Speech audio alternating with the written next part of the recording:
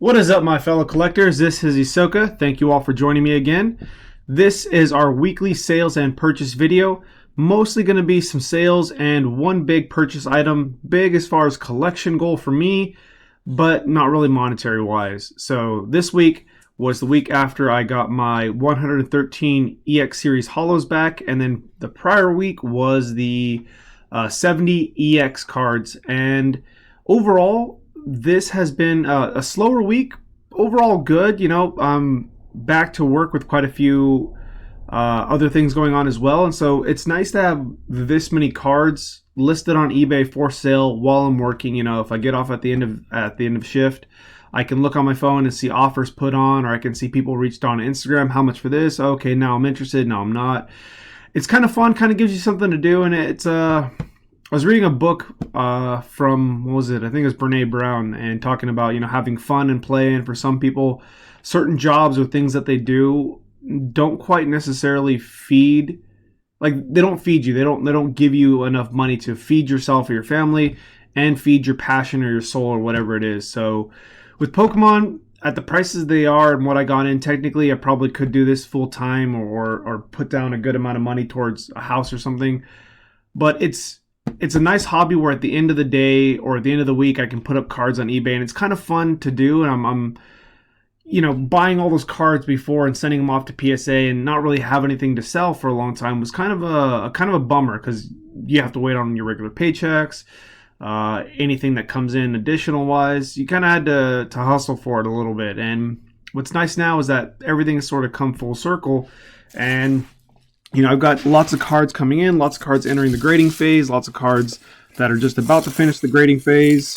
And overall, it's nice. It's at that point where things are just coming in and going, and it's got a nice flow to it. So it's really exciting, and I'm enjoying it. I don't know how many of you all do this. I mean, most of us kind of sell to fund the hobby, but hopefully at some point this could maybe become maybe a side hustle. At this point I'm not really counting it as that, but it would be nice to make that a side hustle. So this is a big collection update for me. This is my favorite anime of all time, my favorite author, Yoshiro Togashi, Hunter x Hunter, where I get my name for the channel and the Instagram, Hisoka. But this was where he started off. Actually, I think there was one anime manga before this. But yeah, this is the first edition sort of base box for it. It's got Yusuke on it. In the back, I have Betrayal, Dark Tournament, and Alliance, all in first edition. And so this is now added to the collection. So I'm going to put it up there and never touch it again. So yeah, that was my big purchase update for kind of the week. There's probably some small cards that came in, but I inventory them and I forget about them, and I have no idea what I bought. So not the best as far as keeping the records like that, as far as when I bought them and stuff like that. But what I do keep track of are sales. So let's get into some eBay sales. So what I have here are 3 cards that sold on eBay. This is Unseen Forces Typhlosion. Hopefully I get my PSA returns video out there before I put in the weekly sales video, but this card was one of the few cards that I was hoping would get a 10, just because I missed it on auction the last few times. I think it sold for like $4.75, and then there's one on eBay that was like $4.99 buy it now, along with the Feraligatr and the Meganium. All 3 of the final evolutions from Gen 2 sold on auction, and I missed it. It went for like $200 for Meganium, 200 something, Feraligatr's 400 something, and Typhlosion was like $4.75. And there were also buy it now ones on eBay that sold just below or at the same cost, or they were at, how do I say it? So the auctions for those 3 ended at or below the buy it now ones, and then within 30 minutes they were all gone, and other ones popped up later, but just didn't have a chance to pull the trigger. And so now I'm kicking myself in the butt, because there is a Typhlosion listed on eBay currently, and the guy wants like $1,500 for it, which is kind of ridiculous. I offered $550 for this and a PSA 10. I haven't heard back, so I think at this point I might end up having to offer $900 to $1,000 for it. And then for an Ariados, which is it's not a low pop, and it's not a super high pop. I don't think it comes up very often, and I don't think it's graded very often either, but the person wanted 1500 as well. So in my opinion, there's no way that an Ariados is worth as much as a Typhlosion, but I'm going to try to negotiate and pick up the last few cards I need for my Unseen Forces holo set. So that card sold for $430 in a PSA 9, so I might end up having to fork out a good amount of change. But I honestly can't complain. The Typhlosion, I think I purchased 3 Unseen Forces sets. Some were just complete holo sets. One was a complete regular set, the master set, and then I think there was another one in there. Yeah, there's one from Australia, one from Sacramento, and the complete master set. Plus I bought individual cards in total. So the 2 sets that were just the holos that I bought from Australia and for Sacramento, those cost me about $300. One's in grading, and this I believe is the Australia one. And that took like 4 months to arrive. And I thought I think the lady had scammed me, and I was kind of worried about it, but then by the time it arrived, I got it shipped to PSA, and it graded a 9. For that whole set, which I think I graded every holo along with the theme deck ones, it cost me $300, and these were $750 each. So just this card alone paid for the grading fees for basically almost all the other cards and the whole set. And I got 2 PSA 10s out of it, one added to the collection, so overall, it's kind of some chips right there. Man, PSA is really screwing up. Look at those bubbles, man. I don't know. PSA has just been screwing up lately with a lot of things. They've been stressed and going quickly. So yeah, that hopefully you guys can follow along, but trying to make this video in between like a study block before some exams. So then go to work and all this other stuff. So trying to get in videos and kind of keep things flowing. So sometimes I'm a little rushed when I go through these things. But hopefully you guys enjoy the content regardless, trying to make content regardless of how busy I am and getting in that habit of just turning on the camera and recording and not really caring. But yeah, so this paid for the entire purchase. This sold for about $170. Nice card. I think I graded this one in a 10 in the past. And yeah, I think probably I paid 10, 15 bucks for it and sold it for $170. After fees and grading, probably made about $120, $130 off of it. This one, if you saw my PSA returns video and some of my Instagram stories, you'll know that this one was the one that was kind of clipped during the, most likely the encapsulation process for PSA. And it's like it's folded back. It graded a PSA 9, and I accepted an offer of $350. Wasn't really looking to try to get the $599 that I had listed just because I knew this wasn't a really good copy, and I paid about $70 for the card. So after fees, so $350 minus, like, I think this was a $70 card, so 75, let's just say $275 minus the fees from there, another $50, so around $200 to $225 for profit on this card. So overall, I mean, again, I don't think I can complain, between those cards right there.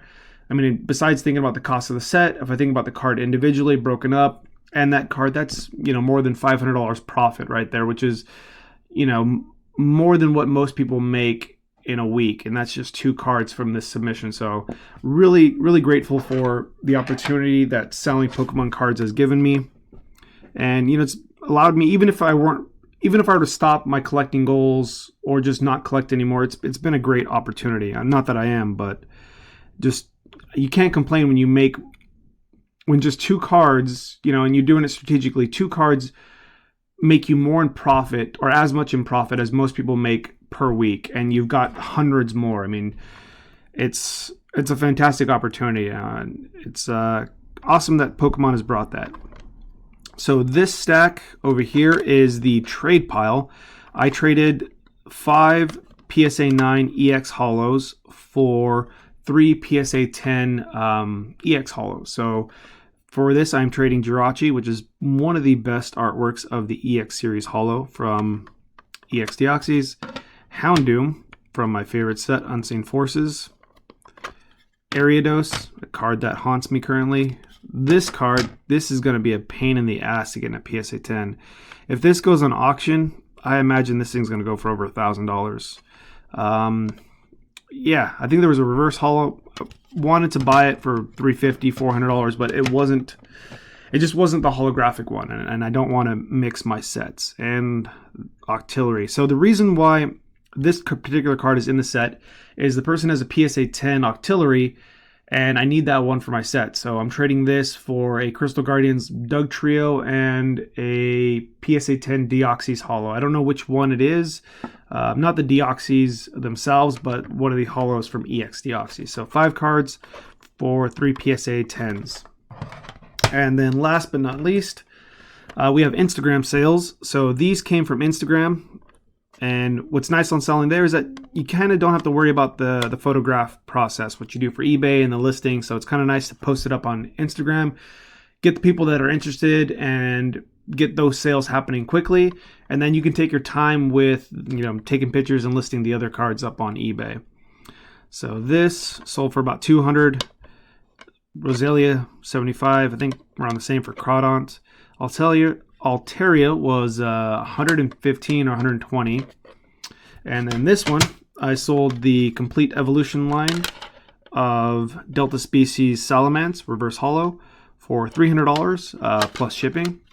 I think I may have been able to get more for it, but I was happy to take a few quick sales and get that knocked out with this PSA return. I always like to do that.